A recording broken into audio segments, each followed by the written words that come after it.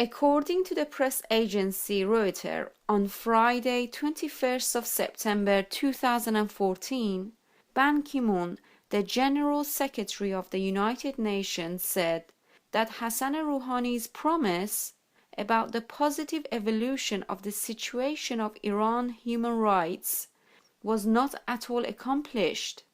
He also expressed his concern regarding the increasing number of executions in Iran. The executive and legislative officials and some members of parliament criticized the annual report by the United Nations Secretary General regarding the violation of human rights in Iran.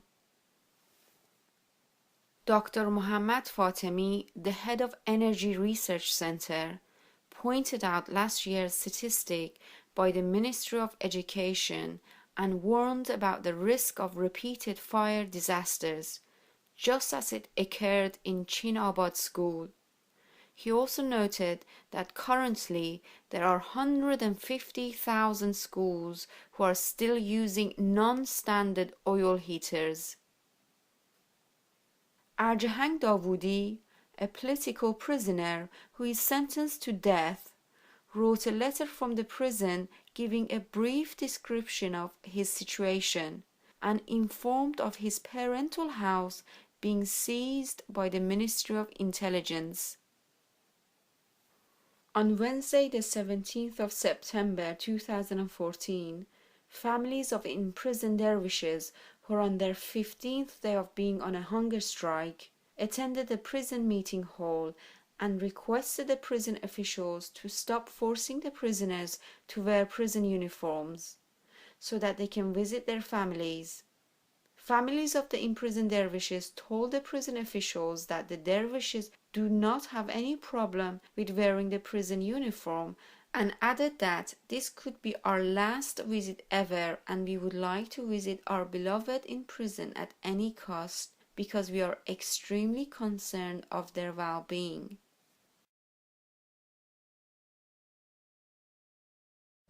با عرض سلام و ادب خدمت تمام دوستان، امروز چهارمین رویداد جانبی ارگان غیردولتی سودوین در 27مین نشست شورای حقوق بشر سازمان ملل در مورد اقلیت‌های مذهبی در ایران. دومین سخنران ما خانم ایو بورلی هستند. خانم بورلی از کشور انگلستان و تحصیلات ایشان در انگلستان بوده و عضو سازمان پاسداشت حقوق بشر در ایران هستند. خانم ایو بورلی در مورد ادامه اعتصاب غذای دراویش گنابادی تا به رسیدن خواسته هایشان سخنرانی میکنه. Thank you, Sudvin, for organizing this event and for creating the possibility for us all to present different angles of the ever-worsening human rights situation in Iran. There is a lot to say and time is limited. I'm sure you're all aware of the UN Secretary-General Ban Ki-moon's recent annual report on human rights in Iran, in which he highlighted that discrimination against ethnic and religious minorities reportedly persists both in law and in practice. So I'd like to focus for the next few minutes on the continuing discrimination of the Nematollahi Gonabadi dervishes and the ongoing harassment of certain individuals by forces within the regime's establishment, causing much suffering amongst this religious minority, similar to all other religious minorities, as we've just heard, in Iran, which are regarded as enemies and spies. It was reported on Saturday the 6th of September that 9 Gonabadi dervishes in Tehran's Evin prison and Shiraz's Nizam prison began a hunger strike and a vow of silence in protest against their illegal treatment by prison officials. In recent years, Iranian dervishes have experienced severe persecution by the Islamic Republic authorities. They were especially targeted by the Ahmadinejad administration. The Rouhani administration, which took power last year, has promised to improve conditions for ethnic and religious minorities in the country. However, its efforts have been met with staunch resistance from supporters of the status quo within the Iranian regime. The 9 jailed Gonabadi dervishes, Hamid Reza Moradi Sarvestani, Afshin Karampur, Farshid Yadolahi, Reza Entasari, Amir Eslami, Omid Behrouzi, Mustafa Daneshju, Mustafa Abdi, and Kasra Nouri, began the collective hunger strike and vow of silence when the prison officials intensified restrictions on the dervishes once again. Although the first objective of the hunger strike was to protest against these increased restrictions, the dervishes have written an open statement and will, outlining the full objective of their hunger strike. I'd like to share this with you all now. This is the will written by these men to their fellow dervishes. It reads as follows. Spiritual brothers, we, the imprisoned dervishes, are a small part of a very old and noble Sufi family, and our emphasis has always been on promoting peace and friendship and health of body, soul and spirit for both us and the society at large. We are aware that what the prison officials and judicial authorities have imposed upon us is minor in comparison to the daily pressures and discrimination which is imposed upon you, our fellows and brothers living outside of the prison. Until this point, you have helped support us in our efforts to prevent further pressures on prisoners and meet our legal demands. You went on hunger strike to demonstrate your solidarity with us. You gathered in front of the court and prisons.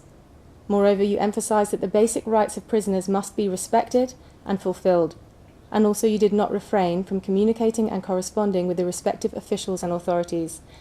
However, you have witnessed with your own eyes that none of the perpetrators and the officials have been held accountable.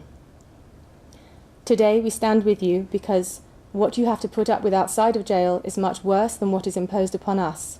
Thus, our objective from the hunger strike is not to enforce our right to hospital treatment, or to be together in the same ward, or to return to Ward 350, or to remove the obligations of prison uniform, or to return the dervishes from solitary confinement to the general ward, or to have a fair hearing and trial, or to enjoy the basic rights considered by law for a prisoner, or even to be released from prison. But what we want is for any attitude of persecution and discrimination towards the Dervish community to be removed and wiped out altogether. We demand the removal of any restriction on the movements of our honourable and distinguished elders and spiritual masters, to stop the boycotting of any news concerning Gonobadi dervishes, to stop the burning down of the dervishes' houses and places of worship, and to stop the unfair dismissal of dervishes from their professions. Our demand is to have a society which bestows life and soul on the people, not destroys it in the name of religion. To see a society in which religion does not eradicate the tranquility and peace of its inhabitants, rather it should be a harbinger of peace and serenity. Spiritual brothers, those of you who fight for the rights of others, we, the imprisoned dervishes, state that as long as there is an attitude of persecution and discrimination towards dervishes, and there is no explicit response from accountable high-ranking officials towards the violation of the rights of dervishes over the years, and also no end to the hostilities of the ignorant clergy in the uniform of religion towards the spiritual followers of Sufism, then we shall continue our hunger strike, because this time we have written our testaments and we are willing to die. The following paragraph is the testaments. Spiritual brothers of the Nematollahi Gonobadi Sufi order, free men and women worldwide. These enemies who abuse the law under the name of religion are slowly torturing us to death. We shall not die as a result of this hunger strike, rather we will be killed.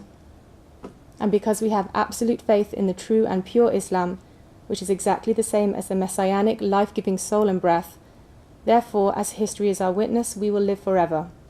As a request of our testament, we want all free men and women worldwide, in particular Gonobadi dervishes, to follow up our complaint and put all perpetrators and officials related to the tortures and cruelties on trial. Since the release of this statement and testament, it was reported on Thursday the 11th of September that the ward of two of these dervishes, Mustafa Daneshju and Reza Entasari, was violently raided under the pretext of an inspection, and many of their personal items were destroyed. It seems, therefore, that their brave and desperate cries for justice and equality, expressed in their will to die for the cause, has fallen upon deaf ears. So, to quote Ban Ki-moon's report once again, President Hassan Rouhani's promises of greater freedoms for the Islamic Republic have not resulted in any major improvements regarding human rights and freedom of expression. I would add, instead, that it has come to light that the justice system, under the authority of Sadegh Larijani and Mohsen Ejei, is in fact one of injustice, which continues to harass, torture, and kill people by the same methods used under Ahmadinejad. They've even increased their activities of verbal slander.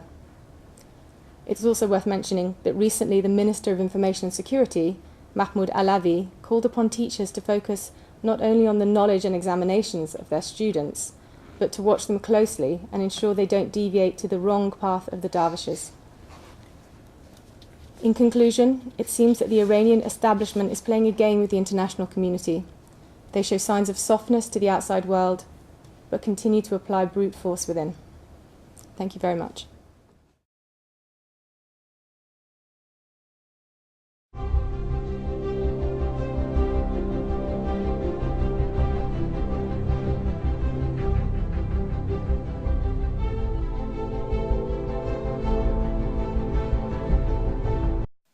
Etena Fargdani, an artist and a child rights activist, was arrested about 2 weeks ago for an unknown reason. There is no information available about the victim since the day of the arrest.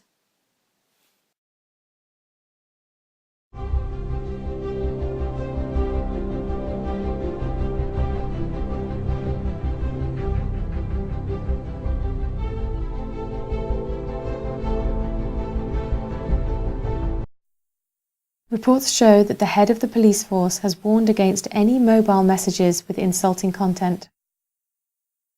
Mohammad Reza Pour Shajari, known as Siamak Mer, a blogger who was recently released after a 4-year sentence, was denied the right to receive a passport.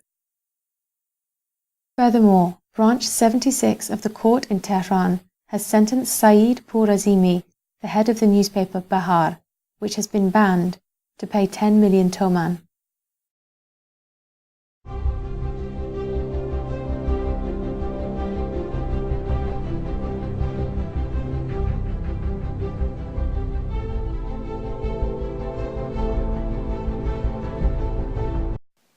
On Saturday the 13th of September 2014, according to Mehzad Mowaddi, the head of Islamic Council Association in the Fars province, said the financial violation that has been taking place affected the quality and the quantity of the insurance services of the social security organizations.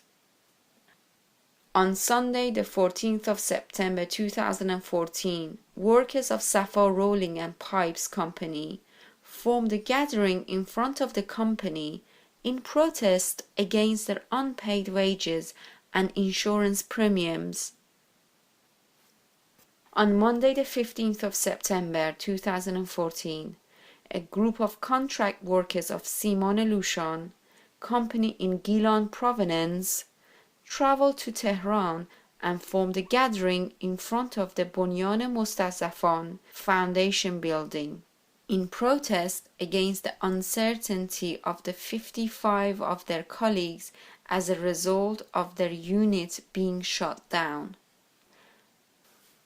Furthermore, a worker from Razi Petrochemical Company was sentenced to 6 months imprisonment and 50 lashes by Branch 103 of the Bandar Imam Khomeini Public Court on charges of insulting and threatening and distributing the public order. Workers of Gilan Tile Company gathered in front of the government's building of Rudbar City in protest against 16 months of their unpaid wages. On Tuesday, the 16th of September 2014, a number of protesting school teachers gathered again in front of the building of the Ministry of Education.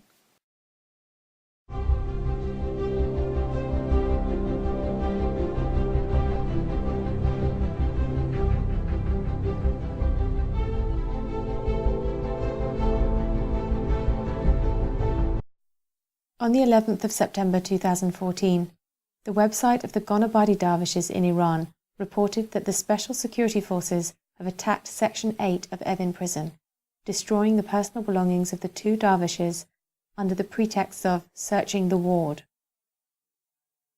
Susam Tarbianian, a Baha'i citizen living in the city of Semnan, was sentenced to 1 year in prison. In the past week, the judiciary officials summoned Youssef Hassan Zadeh to the court for disturbing the civil ordinance by having contact with foreign Christian communities in Belgium, propagating Christianity, and participating in anti-government activities via the internet. Noura Sabet, an 18-year-old Baha'i youngster, was deprived of attending medical school after passing the entry exam. He has written a letter of complaint about his suffering and difficulties to the people of Iran. Furthermore, Ruhiya Safarju, Shadan Shirazi, and Tara Hushmand, 3 Baha'i citizens who were denied access to academic educations, are planning to sue the officials. On Sunday the 14th of September, Sari Fadai, a Baha'i citizen in the city of Mashhad, was summoned to the Revolutionary Court, arrested and taken to an unknown location. Officers from the Information Ministry entered Vahid Dana's house in Shiraz and confiscated his books, CDs and photos. A Kurdish backpacker has been shot dead by the border security officers without any sort of warning. Mamusta Mohammad Modaresi, a Kurdish Sunni cleric, was arrested in Mahabad and brought to custody in Urumiyeh. Kasra Nouri, an imprisoned Darvish in Shiraz Nizam Abad prison, was unable to talk due to his weak physical condition on his 14th day of hunger strike. On Tuesday the 16th of September, the security guards of Evin prison entered Section 4, where Hamid Reza Moradi, who is currently on a hunger strike, is being held. The security forces have destroyed and demolished his belongings under the pretext of searching the ward. Omid Behrouzi, who was taking part in the Dervishes group hunger strike, was admitted to the hospital on his 12th day of hunger strike due to his poor physical condition.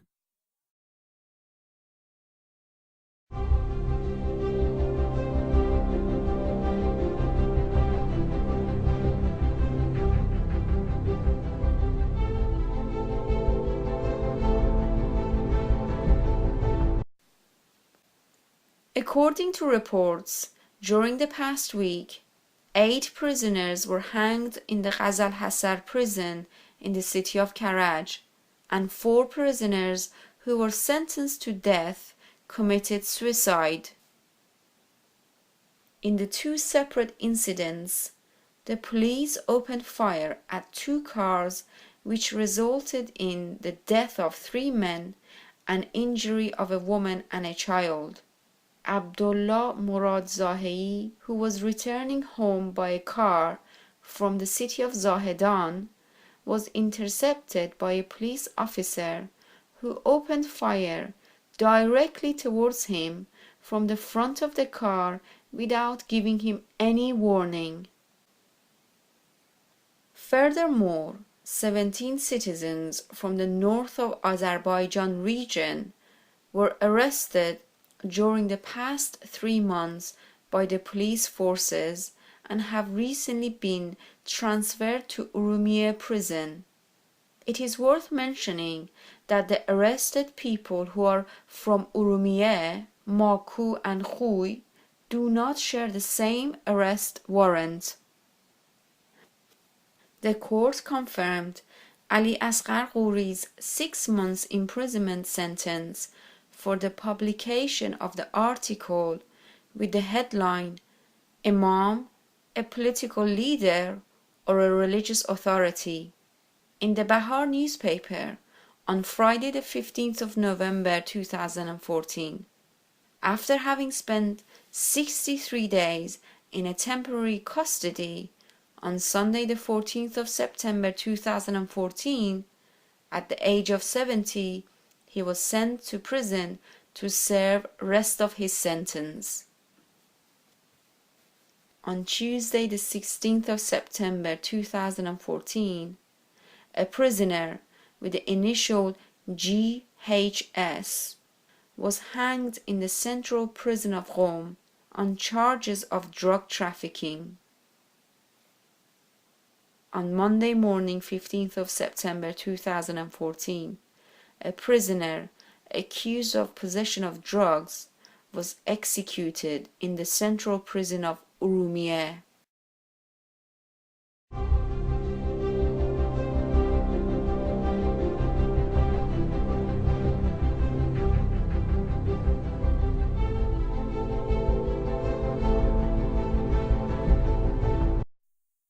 The family of Ahmad Karimi have not yet received any information about him for the past 2 months. According to Dr. Habibola Masoudi, head of the social welfare, the most common reasons that people have to contact the public emergency officers are related to child abuses and violations towards women. 2 people accused of being dangerous to the society were pulled around in the streets of the city of Ilam.